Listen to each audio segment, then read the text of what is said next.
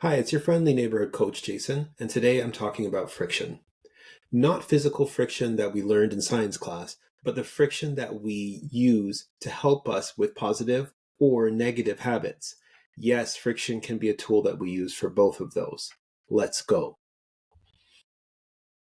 The first habit I want to talk about is automation. Automation is a great tool for reducing friction when you want a better chance of a habit taking hold. Examples of this in finance are probably easiest. If you want to start investing money, you really want to not have to think about it if you've been having a challenge doing that. Some people are excited to invest money. They can't wait to put money into their retirement funds or into their savings accounts, what have you. Other people really have a difficulty with it, and they get bogged down sometimes by overthinking or by being overwhelmed with how much information there is out there. Some people are really just busy and they don't have time. If you automate it, you remove the friction. There are many examples of this. You can hire an advisor who will automate it for you. They will set it up so the money comes out of your account every time and you end up with money at the end of the day. You can also set it up with basically almost any bank that you're with, and there are different trading platforms. I myself use Wealth Simple, but there are many different platforms that you can use in order to automate your savings. What you do is you just put in how much money you know that you're okay with investing, and that will come out, whether it's weekly, bi-weekly, monthly. That money's just going to come out of your account, and you can pick whatever you want the money to go into. So now you don't have to think about it. My other suggestion, if you're having a difficulty with finances specifically, is that you actually just pick one thing to invest in at a time. Don't try to pick the perfect portfolio. One of the most important things with getting into the market is time in the market. So that's a great example for finances where automation can be used to reduce friction. Another example of automation is reminders on your calendar on your phone for things that you need to do. Another great example for automation is reminders on your calendar or on your phone of things that you know that you need to do. My days get very busy. I have clients to deal with. I have stuff I research for clients in between meetings.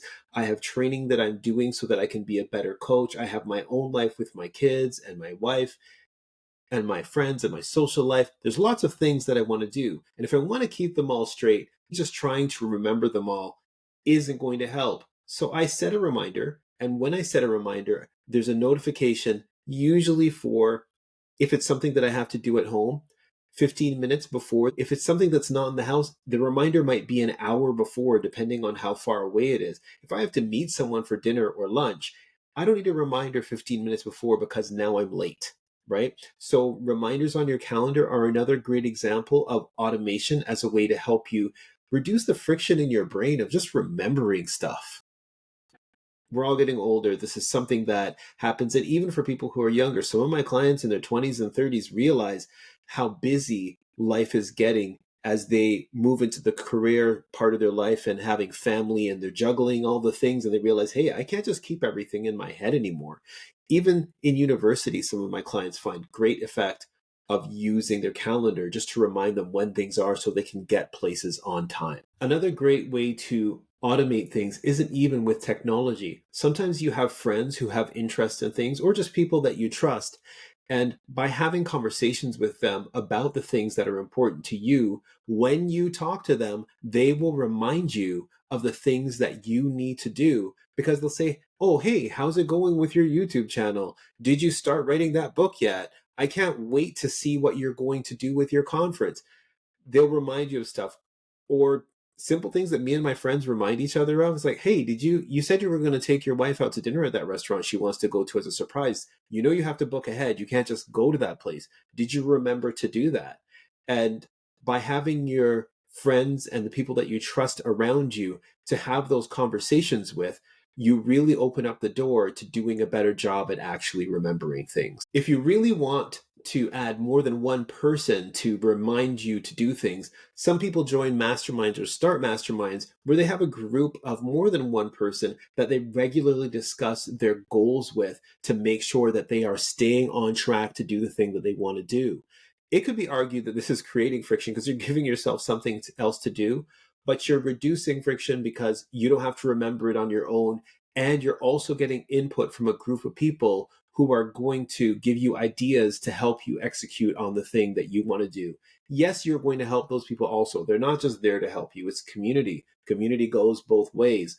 But the good part for you is you're going to get help and other brains involved, which reduces the friction of your creativity, because coming up with ideas all on your own of what to do or how to be fabulous about something, we get tired, we get burnt out. So sometimes adding other people to, say, a mastermind or having a group to discuss your stuff with will help you to do better. Another one that's gained some popularity is subscriptions. I'm not talking about Netflix, obviously, unless you're trying to help yourself watch shows.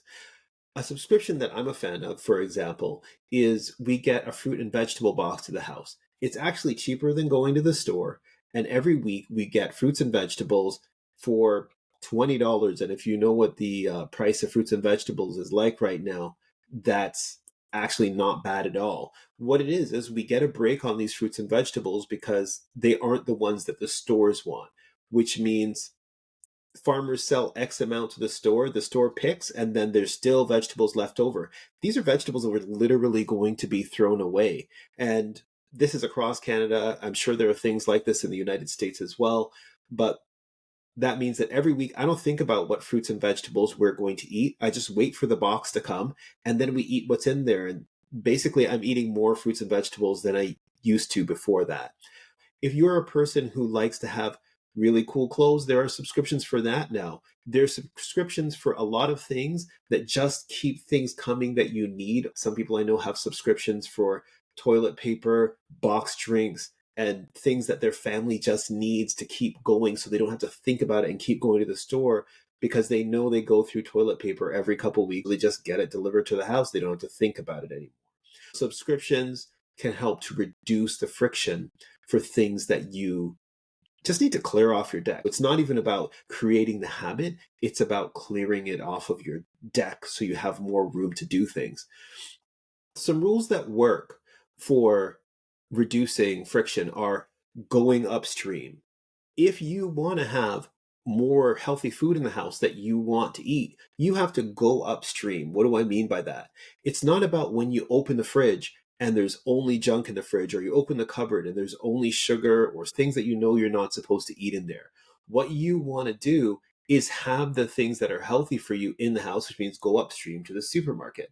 You can also go downstream, which means you need to say, hey, but once it's in the house, where do I need it to be so I see it and eat it? Don't just get in the house, throw it in the fridge. Prep it so it's easy to eat. Put it at hand so you can get your hand on it. If in your office all you have is coffee and the soda machine, it's going to be hard for you to remember to drink some water.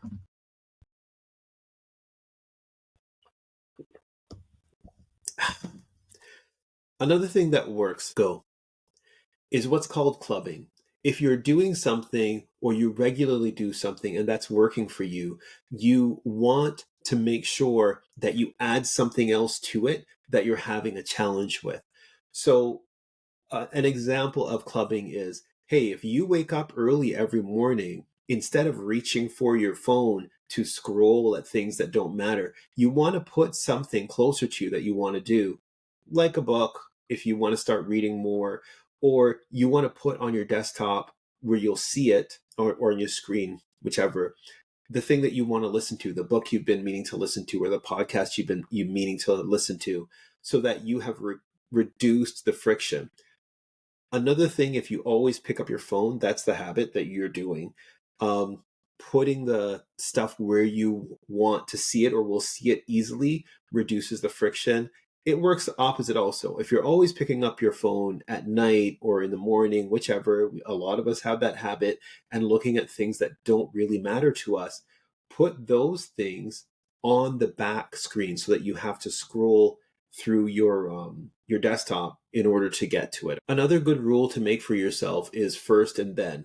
First and then means, well, I can have a snack if I'm going to work out first. It doesn't mean you're earning your food, but if you know that you are going to have snacks because you like snacks and you want to get in the habit of working out, One of the things that I've done is that my weights are in the family room. So whenever I'm walking from my office to the kitchen, I see my weights. Yeah, my workout is on my calendar and I'm going to do it. But me looking at the weights reminds me that, oh yeah, when I go to the kitchen, I'm going to see the weights and it reduces the friction. They're right there for me. I really want you to remember that all of this is trial and error. You're going to try some of these things. Some of them are going to stick and some of them are not. Now, just remember the idea of friction when you're thinking about how am I going to make it easier for myself to do these things, and how am I going to make it harder to do the things that I don't want to do. Uh, the other example is if there's treats, I don't want them where I'm going to see them all the time. I want to have a treat every now and then. I don't want to look up on my desk and have a big jar of treats there waiting for me, teasing me to cause all kinds of health problems for me. I hope this helps. Have a good day. Take care.